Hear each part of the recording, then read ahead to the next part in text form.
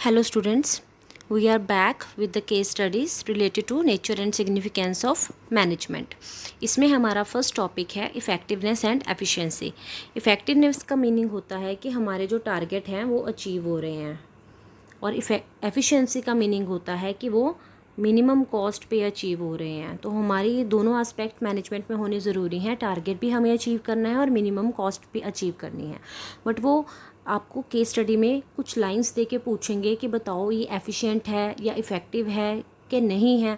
तो आपको उसके अकॉर्डिंग ये दोनों टॉपिक के अच्छी ये मीनिंग पता होनी चाहिए कि इफ़ेक्टिवनेस से अगर टारगेट अचीव हो रहा है और अगर मिनिमम कॉस्ट पे हो रहा है then the manager is efficient. So let us start. तो सबसे पहले हमारे पास एक केस स्टडी है। इसमें कह रहे हैं एबीसी मैन्युफैक्चर जो हैं वो कम लेबर आवर्स में इनपुट्स में वो अपना कंपटीटर के अकॉर्डिंग या कंपटीटर के जितना ही मैन्युफैक्चरिंग कर रहे हैं, बट किस पे, कम लेबर आवर्स पे। तो यहाँ पे कम लेबर आवर्स का मीनिंग क्या है, देयर कॉस्ट इज़ लेस। तो दिस रिप्रेजेंटेड दिस कि वो क्या है, एफिशिएंट हैं, बट वो फेल हो जाते हैं अपना टारगेट ऑफ प्रोडक्शन अचीव करने में। तो यहाँ पे हम क्या बोलेंगे कि दे आर नॉट इफेक्टिव। ये आपको चाहे एमसीक्यू के बेसिस पे आए चाहे केस स्टडीज़ के बेसिस पे आए, आपको ये टॉपिक अपने माइंड में क्रिस्टल क्लियर रखने हैं कि effectiveness is related to target and efficiency is related to your minimum cost. Now move on second case study. Aman is a manager, always use resource optimally. Optimally मतलब सही quantity में, वो कोई wastage नहीं कर रहा। तो वो ऑब्वियसली है कि वो मिनिमम कॉस्ट पे रिसोर्सेज को यूटिलाइज कर रहा है, सेव करता है रिसोर्सेज। टारगेट उसके कारण डिले हो जाता है। तो क्या वो इफ़ेक्टिव है या एफिशिएंट है? तो देखो हमारा टारगेट डिले हो गया तो वो हम बोलेंगे कि वो इफ़ेक्टिव तो बिल्कुल नहीं है, बट क्योंकि वो रिसोर्सेज सेव कर रहा है या ऑप्टिममली यूज़ कर रहा है तो हम बोलेंगे कि वो एफिशिएंट है। आई hope this is clear. Next, we will move on. Case study number 3. Here is a person named Manav who is a sale person. वो कार बेचता है। टारगेट क्या था कि हमें 10 कार्स बेचनी है 10% डिस्काउंट पर। उसने क्या किया, अपना टारगेट कंप्लीट करने के लिए 12% डिस्काउंट पर कार बेच दी। तो अब बताओ वो इफ़ेक्टिव है या एफिशिएंट है, क्या दोनों हैं?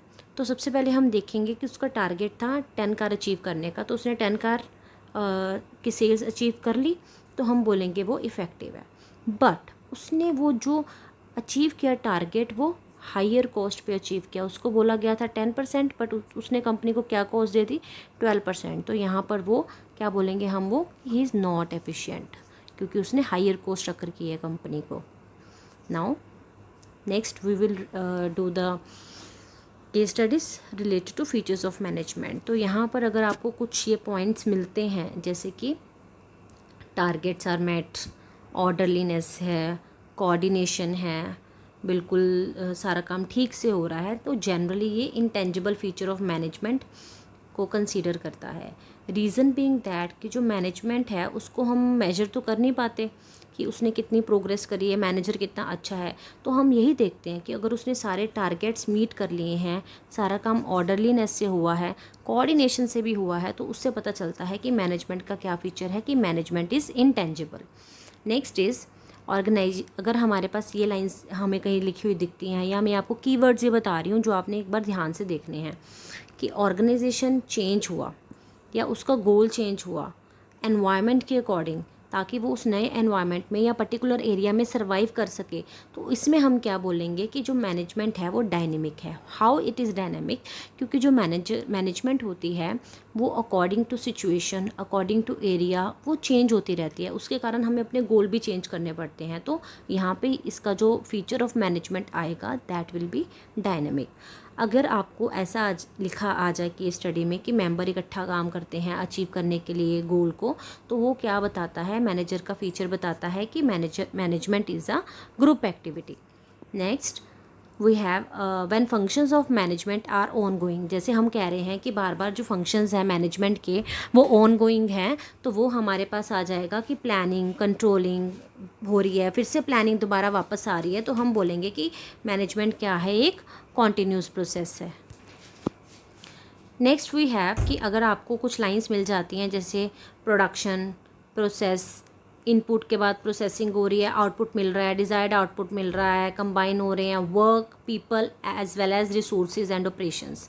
तो वो हमें मैनेजमेंट की कौन सी फीचर के बारे में बताता है, तो वो हमें बताता है कि मैनेजमेंट इज़ मल्टी डायमेंशनल। क्योंकि यहाँ पे हम जब मल्टी डायमेंशनल वाला हमने टॉपिक किया था तो हमने उसमें 3 एस्पेक्ट डिस्कस किए थे कि management is combining work, people and operations. तो अगर आपको ये वर्ड्स लिखे आ जाते हैं, प्रोसेस लिखा आ जाता है कि इनपुट्स को प्रोसेस किया, आउटपुट मिला, या हमने लोगों को मैनेज किया, तो यहाँ पे हमारा जो फीचर ऑफ मैनेजमेंट बनेगा वो मल्टी डायमेंशनल बनेगा। नेक्स्ट है, अगर हमें लिखा दिख जाता है कि इंटीग्रेट करा एफर्ट्स सारे मेंबर्स का ताकि हम गोल अचीव कर सके, तो गोल अचीव करना, तो यहाँ पे गोल ओरिएंटेड एक्टिविटी हम इसको बोलेंगे क्योंकि मैनेजमेंट गोल ओरिएंटेड है।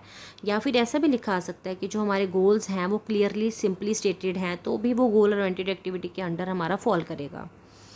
नेक्स्ट है हमारे पास ऑब्जेक्टिव से रिलेटेड। अगर हमने 3 ऑब्जेक्टिव किए थे, that was survival, profit and growth. तो अगर हमें ये कीवर्ड्स लिखे आ जाते हैं कि हमारी सेल्स सफिशिएंट थी कि हम कवर कर सके कॉस्ट, तो वहाँ पे जो फर्म है वो सर्वाइवल कर रही है। उसके बाद अगर हमें ये भी लिखा आ जाता है कि आफ्टर सम टाइम उसको रिवॉर्ड मिला, रिस्क बियर करने का रिवॉर्ड हमेशा क्या होता है, प्रॉफिट होता है। ठीक है, तो आफ्टर कवरिंग कॉस्ट को कवर कर लिया तो आपका सर्वाइवल वाला पॉइंट कवर हो गया। अब सर्वाइवल के बाद आपको रिस्क भी मिला, रिवॉर्ड भी मिला for taking up the risk, तो वो आपका प्रॉफिट में फॉल करेगा। और उसके बाद भी अगर वो बोल रहा है कि हाँ जी सेल्स भी बढ़ गई मेरी, नंबर ऑफ़ एम्प्लॉयज़ भी बढ़ गए, मार्केट शेयर भी बढ़ गया है ना, नंबर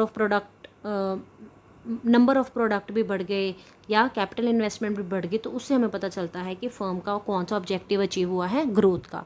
तो आपने इन कीवर्ड्स को ध्यान से देखना है जब भी आप अपनी केस स्टडी अटेम्प्ट कर रहे हैं। उसके बाद अगर आ जाए हमारे पास कि फर्म ने डोनेशन दिया, वेलफेयर एक्टिविटी करी, चैरिटी करी, कोई भी सोशल एक्टिविटी ऐसी करी है जो सोसाइटी को किसी तरीके से भी बेनिफिट कर रही है, तो हम बोलेंगे कि उसने सोशल ऑब्जेक्टिव अपने अचीव कर लिए हैं। नेक्स्ट है इंपॉर्टेंस ऑफ मैनेजमेंट से रिलेटेड हम टॉपिक्स देखते हैं।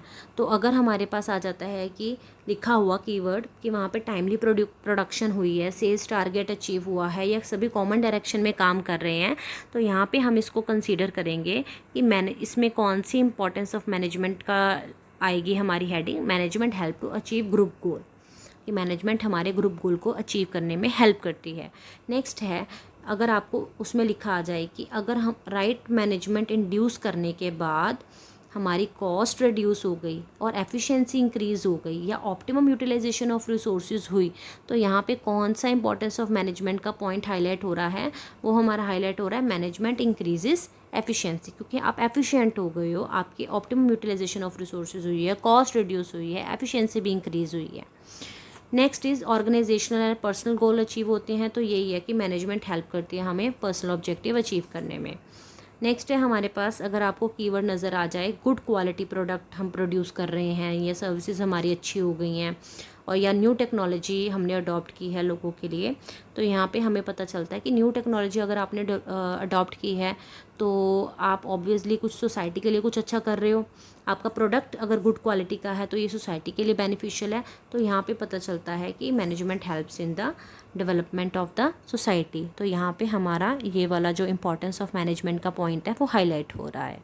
सो मूविंग ऑन टू नेक्स्ट, अगर आप नेचर ऑफ मैनेजमेंट से रिलेटेड आ जाए, इसको ध्यान से करना क्योंकि यहाँ पे थोड़ा सा ट्रिकी हो जाता है कई बार, तो you have to consider each and everything, वो क्या पूछ रहा है। पहले तो आपको देखना है वो किस चैप्टर के अंडर आ रहा है, कौन सी केस स्टडी के अंडर वो चैप्टर के अंडर केस स्टडी फॉल कर रही है। फिर आपको उस केस स्टडी का एक एक टॉपिक अपने माइंड में स्कैन करना है कि ये टॉपिक में ये वाले टॉपिक की केस स्टडी हो सकती है, ये वाले टॉपिक की, फिर उसमें राइट हेडिंग के अंदर भी आपको उसको फॉल करवाना है। और कई बार वो आपसे लाइंस भी पूछ लेता है, तो आपको वो लाइंस बहुत ध्यान से देखनी है कि इसमें से कौन सी जो लाइन है केस स्टडी की, वो मेरे को किस केस स्टडी की लाइन ने ये हिंट दिया कि ये हेडिंग हाईलाइट हुई है मेरे टॉपिक की। So related to nature of management, तो यहाँ पे केस है, मिसेस सुमन के पास बहुत बड़ा बिजनेस है, उनका बेटा चाहता है कि मैं लंदन जाऊँ MBA करूँ, तो क्या उसको अपने बेटे को लंदन भेजना चाहिए?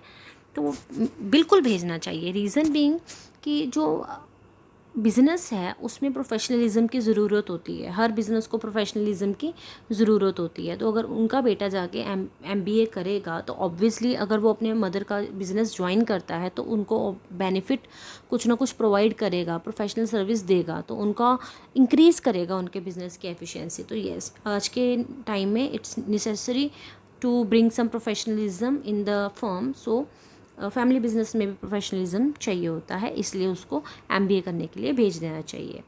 उसके बाद अगर आपको लिखा आ जाए किसी भी केस स्टडी में कि उन्होंने सिस्टमाइड बॉडी ऑफ नॉलेज पढ़ी है, उन्होंने प्रिंसिपल्स पढ़े, ऑब्जर्वेशंस पढ़ी, एक्सपेरिमेंट्स किए या यूनिवर्सल वैलिडिटी है उनकी स्टडी के, तो ज़्यादातर जो ये हमारा एस्पेक्ट है ये मैनेजमेंट को एज अ साइंस शो करता है। लेकिन अगर आपको लिखा आ जाए कि वो रेगुलर प्रैक्टिस कर रहे हैं, कोई अपनी क्रिएटिविटी डाल रहे हैं, स्किल्स कोई अपनी दे रहे हैं, प्रैक्टिकल नॉलेज उन्होंने सारी ली है, लिटरेचर पढ़ा है या पर्सनलाइज्ड एप्लीकेशन करी है किसी चीज़ की, तो ये aspect of management as an art को शो करता है। अब लेवल्स ऑफ मैनेजमेंट से रिलेटेड हम कुछ पढ़ लेते हैं यहाँ पे जो मैंने पॉइंट्स दिए हुए हैं। तो सबसे पहले है, अगर आपको बोला है कि वो ऑपरेशंस मैनेजमेंट है या रीजनल मैनेजर है, तो that is related to middle level of management.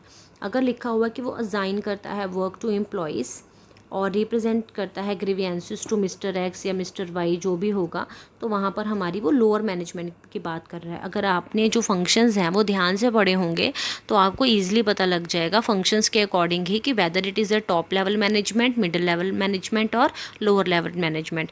जो जनरली केस स्टडी आती है तो वो एक एस्पेक्ट आपको रिकॉग्नाइज करने के लिए देते हैं कि आप बताइए कौन सी लेवल ऑफ मैनेजमेंट है, और सेकंड पॉइंट में वो आपसे उसी लेवल ऑफ मैनेजमेंट के फंक्शंस पूछ सकते हैं। तो आपको यहाँ पे लर्निंग भी करनी है, एनालाइजिंग भी करनी है और कंक्लूड भी करना है। इंटरप्रेट भी आपको साथ ही करना है कि why this answer is reasonable. ठीक है जी। अब हम अगर आपको वर्ड्स शो करें कि उन्होंने एनालाइज किया बिजनेस एनवायरनमेंट को, वेलफेयर, सर्वाइवल ऑफ ऑर्गेनाइजेशन को उन्होंने देखा, पॉलिसीज़ बनाई, स्ट्रैटेजीज़ बनाई, गोल अचीव करवाए, उनकी लाइफ जो या वर्क बहुत स्ट्रेसफुल है या अरेंज करना रिसोर्सेज उनका काम है, तो this is the function of top management.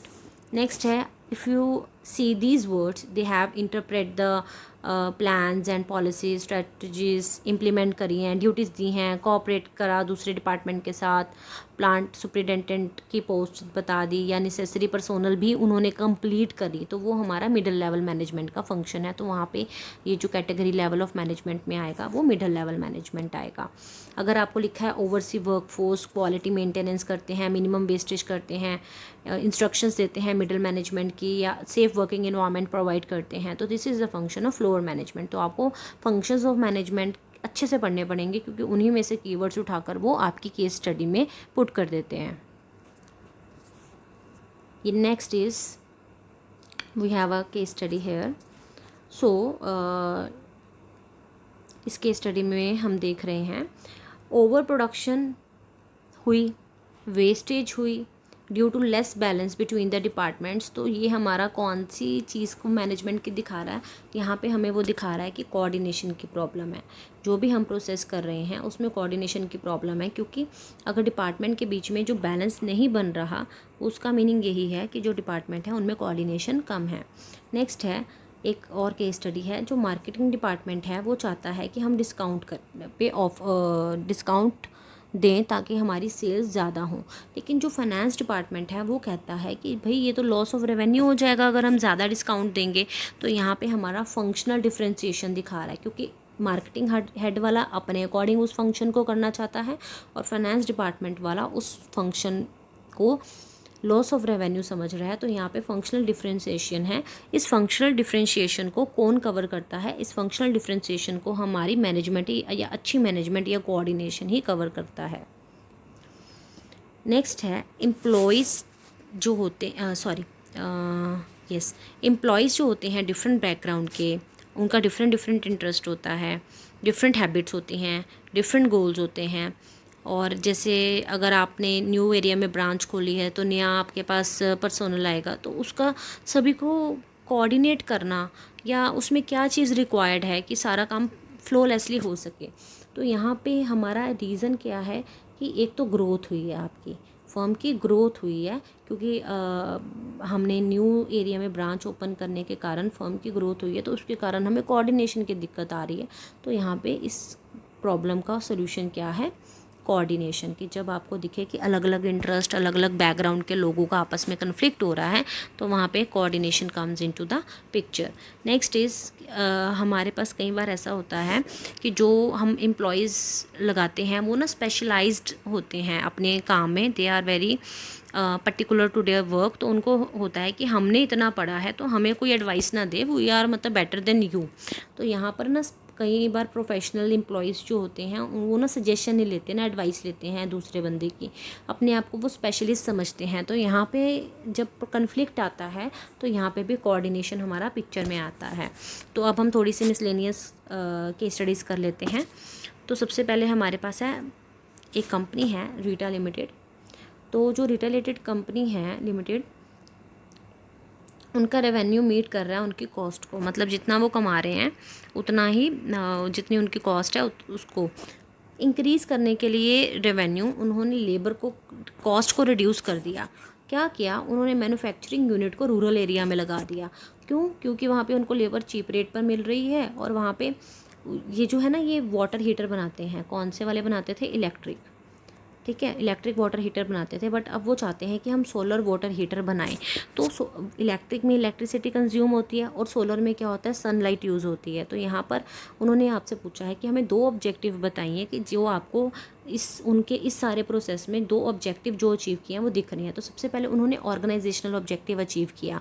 वो कैसे उन्होंने अचीव किया कि उन्होंने चीप रेट पर लेबर अपनी अवेलेबल करवा रही by just shifting their manufacturing unit. और दूसरा उन्होंने सोशल ऑब्जेक्टिव अचीव किया।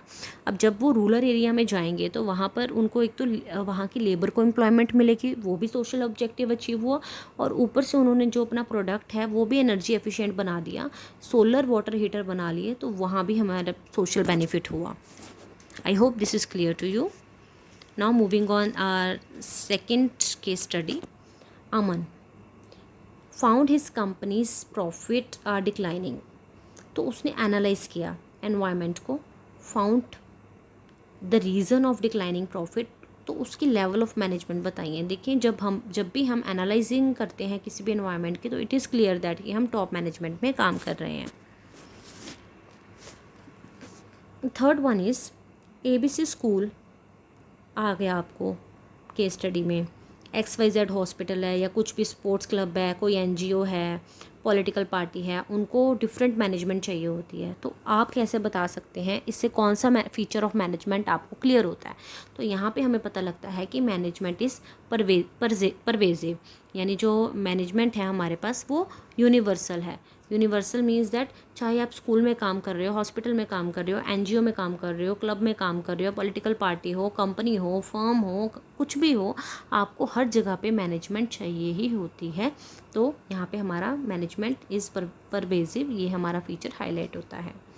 आपको मैंने पहले भी बताया था, I am repeating this thing, कि अगर आपको इफ़ेक्टिव के बारे में वो पूछें तो हमेशा उसमें यू हैव टू अचीव गोल। अगर आपने अचीव किया हुआ है गोल, जो भी मैनेजर है उसने गोल अचीव कर लिया है, तो आप क्या हैं, इफ़ेक्टिव हैं। और एफिशिएंट आप तब हैं जब आपने वो मिनिमम कॉस्ट और मिनिमम वेस्टेज से अचीव किया है। Now we will do another case study. So this case study is related to a team. Here is a team A and team B, ठीक है। तो टीम कैप्टन जो है ए team का, वो ना उसने बोला ही नहीं है अपनी टीम को कि क्या करना है, उसने कोई डिवीजन ऑफ वर्क नहीं किया, और अल्टीमेटली वो मैच लूज़ करेंगे। अब कैप्टन बी ने क्या किया, उसने सारा अपनी टीम को बताया कि आपने क्या करना है, कैसे करना है, और उनके इंडिविजुअल गोल को कंसीडर करते हुए उनको बताया। लेकिन टीम भी ऐसी है कि वो कहती है कि हम जो कैप्टन है, हम उसको हारते हुए देखना चाहते हैं, हम उसको लूज़ करते हुए देखना चाहते हैं। तो आप इन दोनों टीम्स का कंक्लूड करिए कि कहाँ पे किस चीज़ की कमी है। देखिए अब हमारे पास कैप्टन ए ने बताया नहीं है, ठीक है, तो वहाँ पे कोऑर्डिनेशन की कमी है, ठीक है। लेकिन उस वहाँ पे सारे कोऑपरेशन करने को तैयार थे, तो टीम ए में कोऑपरेशन था, क्योंकि बट उनको काम सही से नहीं बताया गया, इसलिए उनमें कोऑर्डिनेशन नहीं था। लेकिन टीम बी में कोऑर्डिनेशन था, बट क्योंकि टीम वाले अपने जो कैप्टन है उसको हराना चाहते थे, तो वहाँ पे कोऑपरेशन नहीं था। इसलिए हमने जो डिफरेंस पढ़ा था कोऑपरेशन और कोऑर्डिनेशन का, कि जब आपको कोऑपरेशन का मीनिंग होता है कि आप वॉलेंट्री अग्री कर रहे हो किसी काम करने के लिए, और जो टीम बी में अग्री नहीं कर रही थी वॉलेंट्री काम करने के लिए, तो इसलिए वहाँ पे कोऑपरेशन की कमी थी। चलो moving on to the next topic. यहाँ पे मैंने छोटे से टॉपिक्स बताए हुए हैं, फिर से कीवर्ड्स बताए हैं कि जब भी आपको आ जाए कि फंक्शंस ऑफ मैनेजमेंट से रिलेटेड आ जाए, क्या करना है, कब करना है, कैसे करना है, कौन करेगा, तो this is our planning function. जब डिपार्टमेंटल और वर्क यूनिट्स को डिवीजन करने की बात आ जाए कि हमने उनको ऑर्गेनाइज़ किया, तो वहाँ पे हमारा ऑर्गेनाइजेशन फंक्शन जो है वर्क करेगा। सिलेक्शन, रिक्रूटमेंट या ट्रेनिंग हम दे रहे हैं एम्प्लॉयज़ को, तो वो स्टाफिंग के अंदर फॉल करता है। और अगर हम परफॉर्मेंस बताते हैं कि हमने उसको स्टैंडर्ड फिक्स किया, फिर एक्चुअल परफॉर्मेंस दी, फिर कंपैरिजन किया और डेविएशंस क्लियर किए या करेक्ट किए, तो वो हमारा कंट्रोलिंग का फंक्शन होता है। तो ये भी कीवर्ड्स आपको ध्यान में रखने हैं।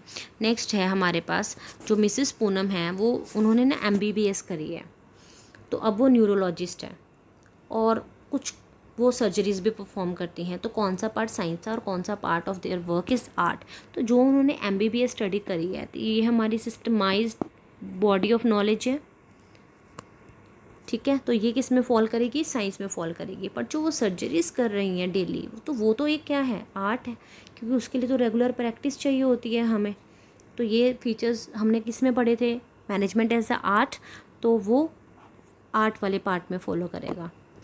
नेक्स्ट है Aman did MSc then joined father's business.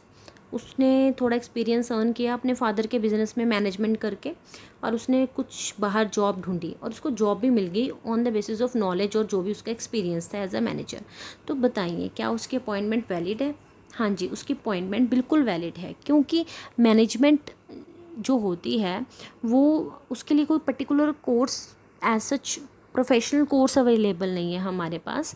तो यहाँ पर any one can be a manager, जिसको एक्सपीरियंस है, थोड़ा सा एक्सपीरियंस के बाद आपको मैनेज कैसे करना है चीज़ों को आ जाता है। तो यहाँ पर उसकी जो अपॉइंटमेंट है वो बिल्कुल वैलिड है। क्या उसको MBA करने की ज़रूरत नहीं है, नहीं, क्योंकि जो मैनेजमेंट है वो एक्सपीरियंस से भी आ जाती है। तो अच्छा मैनेजर MBA के बाद भी बना जा सकता है, और एक्सपीरियंस के बाद वो और अच्छा मैनेजर बन सकता है। अगली केस स्टडी है हमारे पास, सुमन सूद जनरल मैनेजर हैं। उन्होंने कंपनी को ना 3 लेवल्स में डिवाइड किया। तो सबसे पहले मैनेजर, उसमें जब उन्होंने डिवाइड किया तो मैनेजर बिजी रहते थे, कभी प्लानिंग करने में, कभी कंट्रोलिंग करने में, ऑर्गेनाइजिंग करना, फिर डायरेक्टिंग करना, इन सब कामों में बिजी रहते थे, और सभी इकट्ठे मिलकर काम करते थे ताकि गोल अचीव कर पाए। इस बेसिस पर हमें 2 फीचर्स ऑफ मैनेजमेंट उन्होंने पूछे हैं। तो यहाँ पर हमारा एक जो फंक्शन ऑफ मैनेजमेंट है वो ग्रुप एक्टिविटी है, क्योंकि सारे इकट्ठा काम कर रहे हैं ना मिलकर, तो वो ग्रुप एक्टिविटी आ जाएगी। और क्योंकि वो continuously planning, organising, staffing, controlling कर रहे हैं, तो ये वाला वो जो हमारा फंक्शन हाईलाइट कर रहा है, तो ये हमारा as a continuous process, management is a continuous process, वो वाला फीचर हाईलाइट कर रहा है। नेक्स्ट इज़ एक MBA स्टूडेंट था, उसने ना प्रेजेंटेशन दी और बोला कि CA के पास ICAI है, CS के पास ICSI है, इसी तरह प्रोफेशंस जो हैं मैनेजमेंट के पास भी AIMA है। But to become a manager membership of AIMA is not obligatory। तो is he right in his presentation, तो येस ही इज़ राइट, क्योंकि जो AIMA है उनको लीगल स्टेटस अभी नहीं मिला है, उनको लीगल स्टेटस नहीं मिला है। तो नॉर्मली कोर्स जो चल रहे हैं वो MBA के नॉर्मल कोर्स जैसे होते हैं वैसे चल रहे हैं, चाहे उनमें एडमिशन टेस्ट होता है, चाहे उनमें you have to qualify the CAT, but उसके बाद सिर्फ you have to study and give the exam और पास करना पड़ता है। तब वो इतनी ज़्यादा प्रोफेशनलिज्म नहीं आ पाई है जितनी CA और CS में या CWA में आ पाई है। तो tell the management can be a profession, no, management is not a profession. ये हमने पहले ही टॉपिक थियरी में कर लिया था, तो मैनेजमेंट प्रोफेशन नहीं है। हाँ, पर वो अपनी अप्रोच में राइट है कि हमें AIMA की मेंबरशिप नहीं चाहिए होती है किसी भी कंपनी का मैनेजर बनने के लिए। So next is a big company has 4 departments. उनका एक प्रोडक्शन डिपार्टमेंट है, परचेज डिपार्टमेंट है, मार्केटिंग एंड फाइनेंस। तो मार्केटिंग डिपार्टमेंट ने ना सेटअप कर दिया हाई गोल कि हमें अच्छे से सेल्स टारगेट्स चाहिए इस बार। पर प्रोडक्शन डिपार्टमेंट क्या कर रहा था, वो तो रिपेयर्स करवा रहा था और उसके पास सप्लाई करने के लिए मटेरियल ही नहीं था, उसके पास गुड्स ही नहीं थे बेचने के लिए। तो यहाँ पर कौन सा कॉन्सेप्ट ऑफ मैनेजमेंट हाईलाइट किया गया है, क्या प्रॉब्लम आ रही है यहाँ पे? जो प्रॉब्लम आ रही है वो कोऑर्डिनेशन की प्रॉब्लम है, क्योंकि मार्केटिंग डिपार्टमेंट को पहले प्रोडक्शन डिपार्टमेंट को बताना चाहिए था कि हम हाई टारगेट्स जो हैं वो इस बार अचीव करना चाहते हैं, तो आपको हमें प्रोडक्ट्स अवेलेबल करवाने होंगे। तो मार्केटिंग डिपार्टमेंट ने ये कम्युनिकेट नहीं किया और कोऑर्डिनेशन नहीं बना पाया, इसलिए ये जो प्रॉब्लम है ये अराइज हुई। नेक्स्ट इज़ मिस्टर सुरेश ने MBA करी, फुल थ्रेटिकल उन्होंने नॉलेज उनको मिली, उनको मैनेजर सेलेक्ट कर लिया गया, उनको कई प्रॉब्लम्स आई तो उन्होंने कई कंपनीज़ में सर्वे किया, अटेंड करे सेमिनार्स, कोई मॉडर्न मेथड्स लर्न करे कि कैसे किसी प्रॉब्लम को सॉल्व किया जाए।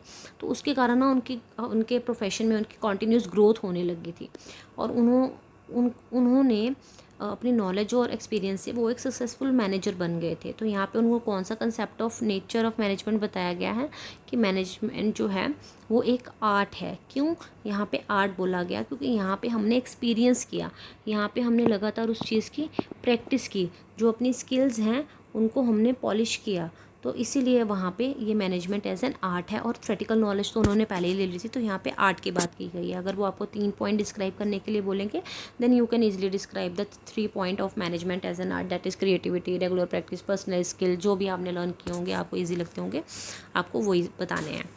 तो नेक्स्ट है हमारे पास and the last one is, company ने ना इंट्रोड्यूस करी थी न्यू टेक्नोलॉजी।